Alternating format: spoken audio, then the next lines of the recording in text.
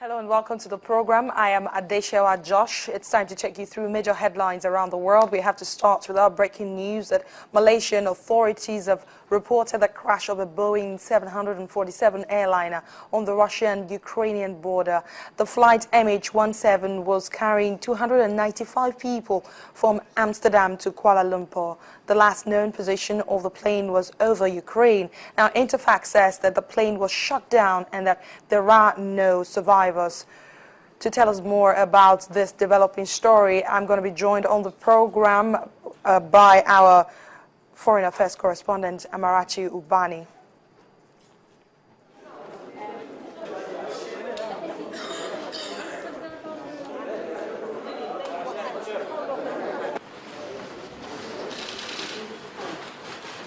وقع الهجوم على زوج تشكيلات في نفس الوقت وتقريبا بنفس الكيفية. وقع فيها استعمال يعني الذخيرة مختلف أنواعها من 556 762 الأكثر. وقع فيها استعمال زاد كيف القنابل اليدوية وكيف وقع فيها استعمال القذائف الار بي جي.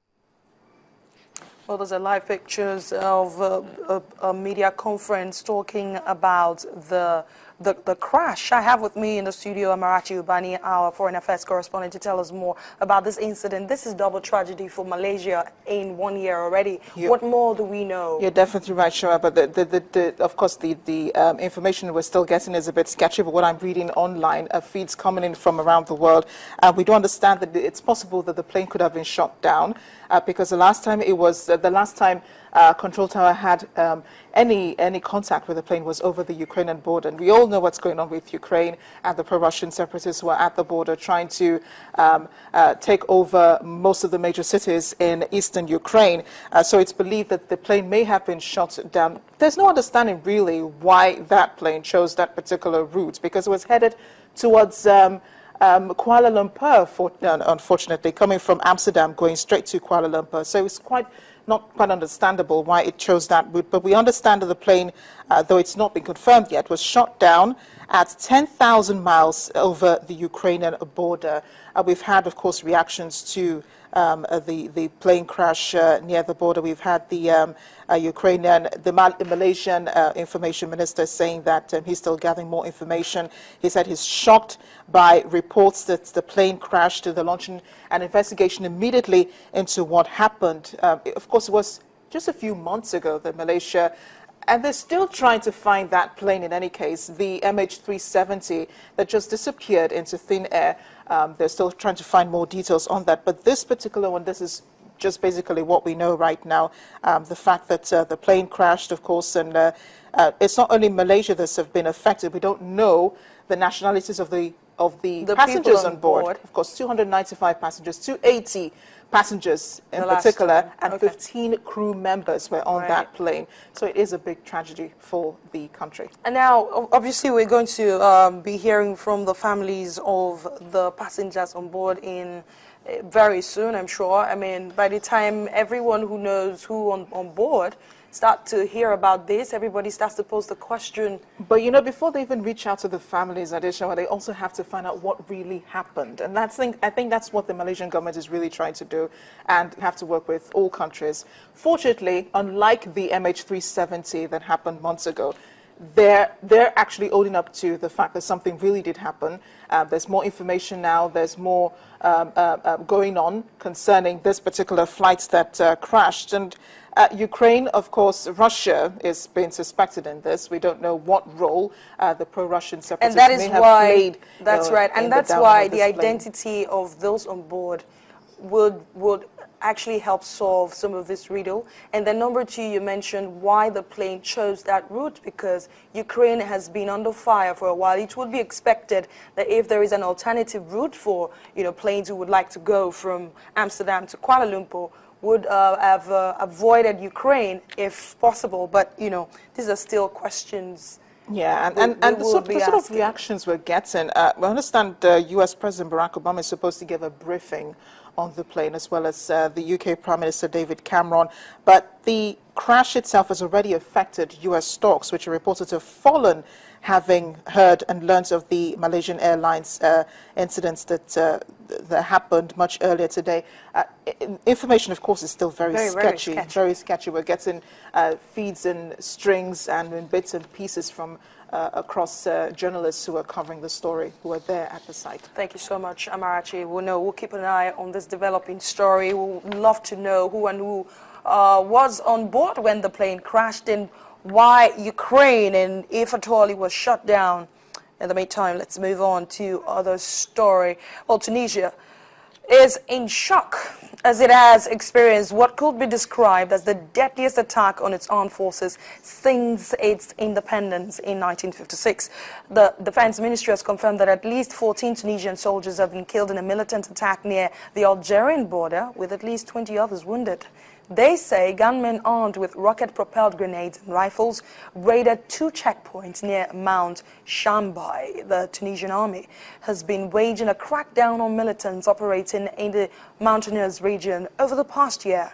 Islamist militants, including fighters linked to Al-Qaeda in the Islamic Maghreb, are believed to be hiding out in the border region. Tunisia's security forces are under pressure to secure not only the western border with Algeria, but also the border to the east with Libya. It has one of the smallest armies in the region, with little experience in the kind of counter-terrorism operation it is now engaged in.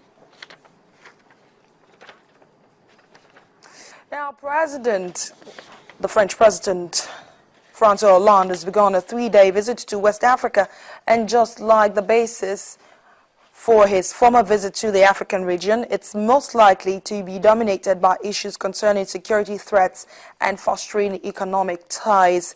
On his first stop in Ivory Coast, François Hollande is being accompanied by 50 French business leaders.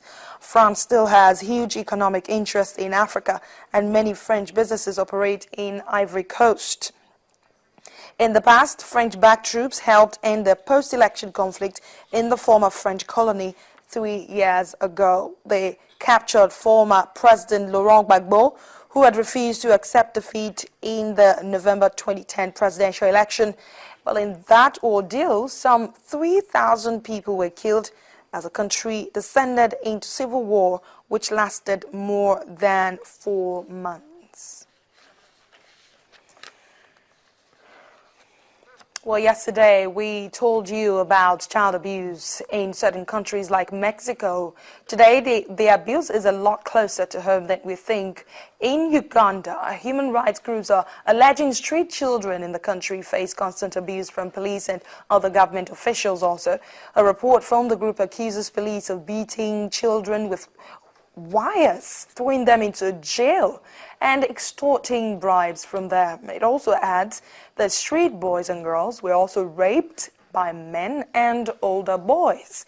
Well, as a result of this, the government has been urged to focus on improving the lives of street children and prosecuting those responsible for abusing them. It is unclear how many street children are there in Uganda, but one study conducted in 2013 put the first figure at around 10,000. Many of them are subject to abuse either because they are victims of poverty or because their parents have died of HIV/AIDS.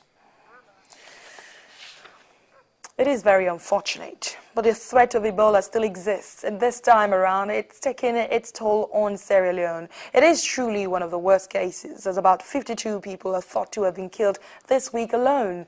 MSF has treated more than 70 patients, 70 actually, with symptoms resembling those of Ebola at the Kalahon Treatment Center in the east of the country.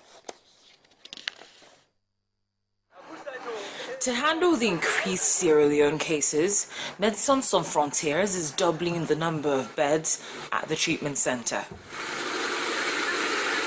Sierra Leone's Ministry of Health and the World Health Organization, that's the WHO, are also starting to reinforce teams to help trace potential victims, but suspected Ebola cases are still going unreported. Treatment centers and transit units have been set up close to affected villages where medical teams can treat patients quickly. In a moment, as MSF, we only have a capacity to work in the case management centers, and we don't have a capacity to go outside. The situation is quite difficult. I would say we are on the top of the iceberg in a moment because the contact tracing is not really functioning, and this is one of the major issues what we have, because to find the patient as soon as possible and to refer them to the case management center, it's the basic for an Ebola outbreak.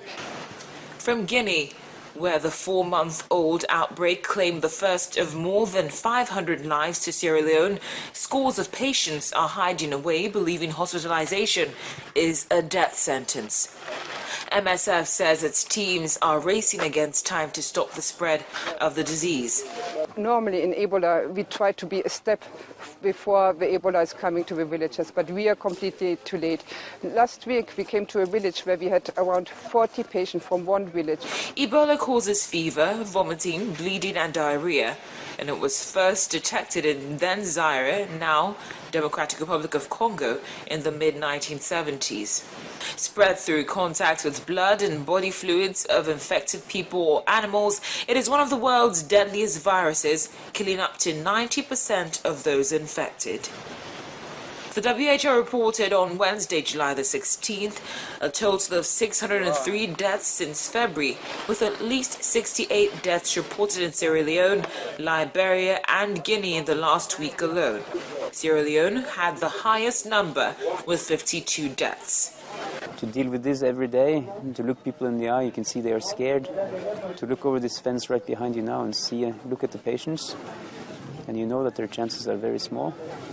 It's horrible.